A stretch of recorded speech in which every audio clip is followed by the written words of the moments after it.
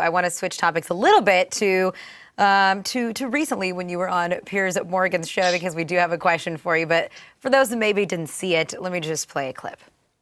Yet again, where are her protectors? Okay, well, but Barbara's not a spokesperson for him, obviously. But let's move to Lieutenant Colonel. Not too obviously. I've followed her coverage pretty closely, as she's covered my work before too.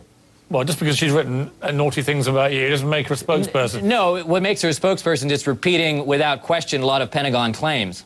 Well, you've made a lot of claims which are equally contentious tonight. So I mean, you're getting a platform to have your claims. And you asked me to be here. You asked me to be here to make these claims. That's why I've.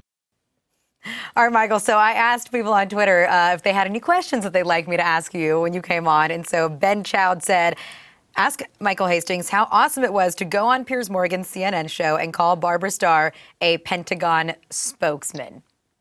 Well, I'll tell you, my mom thought I was being rude. But she later came around that in fact maybe I was doing.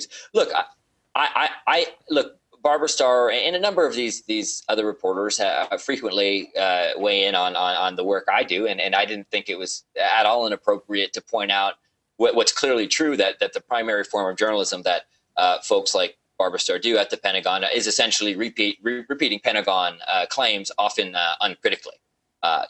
They're not based on fact; they're based on what somebody said happened, and we know from experience. We know from the fact that there's an entire book called The Pentagon Papers, which is synonymous with lying.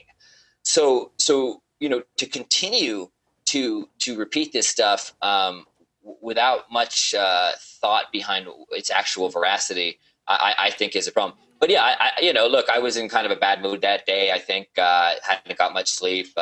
Probably was over caffeinated a little bit, maybe hungover, but. So that also probably added into the I was sort of just like, I'm sick of this shit. If I'm going to go on the show, I'm going to. So you took it out on Barbara Starr.